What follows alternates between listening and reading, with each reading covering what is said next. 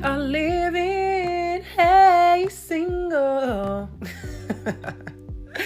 I need to get the copyrights to make that the theme song, but welcome to Be Single or Not to Be, and this is my first official episode. Now, in the future, the plan is to always have a co-host or some sort of guest, but I felt it was necessary to just kind of dive in on my own so you guys could get a glimpse of me before I bring in other personalities. So this podcast won't be very long. I'm just going to touch on one thing that came to mind today, and it's something that often comes to mind when you meet guys.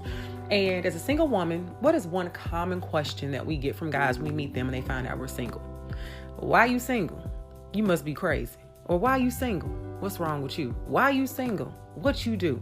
They always try to place the blame on us. Even our friends and family members do it. Why are you single? Like it's something wrong with us. So that brings me to today's episode and really thinking about why are a lot of women that I know and a lot of friends and family and people, why are there so many single women out there in the world? Let that ponder. Let's think about that for a second. Now, there are a lot of reasons that could go into that. I know there will be a lot of opinions on that topic, but today, and because this is my podcast, I'm going to speak from my perspective. So, personally, I know that I have a really large circle of sister friends, girlfriends, and I have more friends that are single than are married or in relationships. So when I look at that, what I find, I think number one is that, and I really hate to say this, but it's true. Some men, not all, some men are intimidated by a woman's success. And so I'll say I have a tribe of women that I surround myself with that are successful in life. We have careers, we are financially stable, we are mentally stable, we have good relationships with our families and our friends. We are working on our mental health. We have a good credit score. That does matter. We take care of our bodies, mentally, physically, spiritually.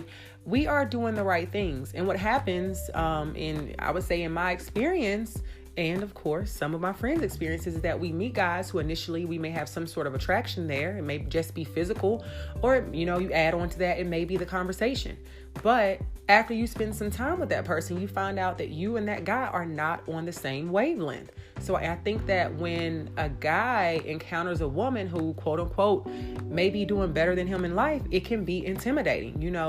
I am not knocking anybody in their journey. I'm a firm believer that you don't place an age on success or accomplishments, or to say, okay, by the time I'm 25, I should be doing this. By the time I'm 30, I should be doing this. No. I think that we all get the same chances in life, and life happens to all of us. But I think that in life, if you prepare and you are able to take the correct steps to be successful in various areas of your life, you want somebody who has done the same thing or is very close to it. And that's another subject to talk about, potential, because I don't even know what you do with that.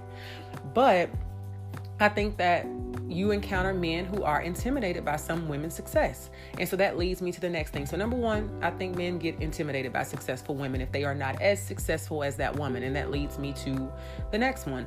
I think that women these days are not willing to lower their standards, as they should not. I think that if you have a standard where you say, I want the things that are on this list, because I truly believe that, if you are trying to manifest the man that you want, it's not like build a man. You can't do that. But there are certain things that you desire in your relationship and in the person that you want to spend the rest of your life with. I think if you have certain standards, that you don't want to lower those just because that person is not meeting them. So what I mean by that is that if you want somebody who's established in their career, for me, it's not okay to go and date the to date the cashier that works at Kroger. Like, that's just not okay. And I actually talked to somebody, had a conversation with someone who felt like I was being judgmental, that I should give that person a chance. And I feel like, no, I should not. I am not going to date the guy that works as a cashier at Kroger when I've worked hard to be where I am in my career. And really, what commonalities do we really have once we get past that?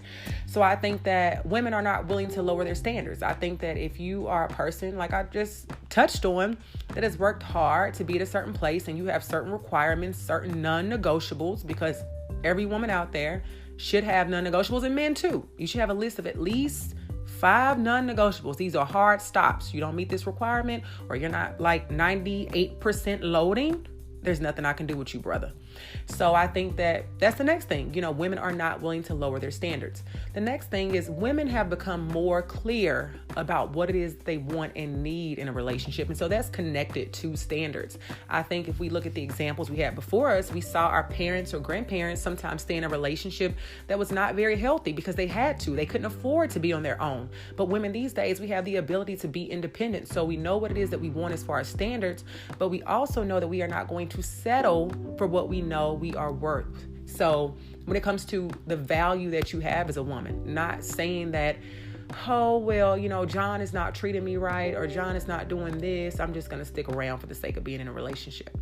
That's not what we're doing. We know our worth, we know our value, and we are adding tax. The next thing is that I think women are learning that it's not fun to be in a relationship just to be in one. I think everybody virtually can raise your hand. We all know someone, somebody, man or woman, that is in a relationship, whether it be a relationship or a marriage, that is not happy.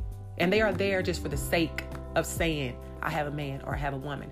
And I will never sign up for that. I think I've been there, done that, got the t-shirt, not really for the sake of having a man or a person, but just not wanting to be lonely. So I think that goes hand in hand. Sometimes people just want to have somebody, don't want to be lonely. And I think that we are learning that that's not okay. That there are ways, if you are lonely and you need to have an outlet, you call your friends, you go to brunch, you hang out, you pick up a hobby, you find something in the meantime, in between time, to fill in the gap. You don't just go back to what was working if it's no longer working, or sign up for something that has not been working, you see as dysfunctional, and stay in it.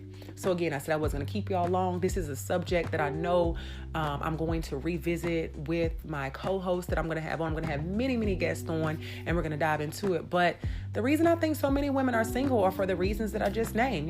We know our worth. We are not willing to lower our standards. We have non-negotiables. We know that when the time is right, that the universe, God, is going to send us who is supposed to be with us. So there's no need to be impatient and try to hurry along. So for all my single sisters out there, stay strong.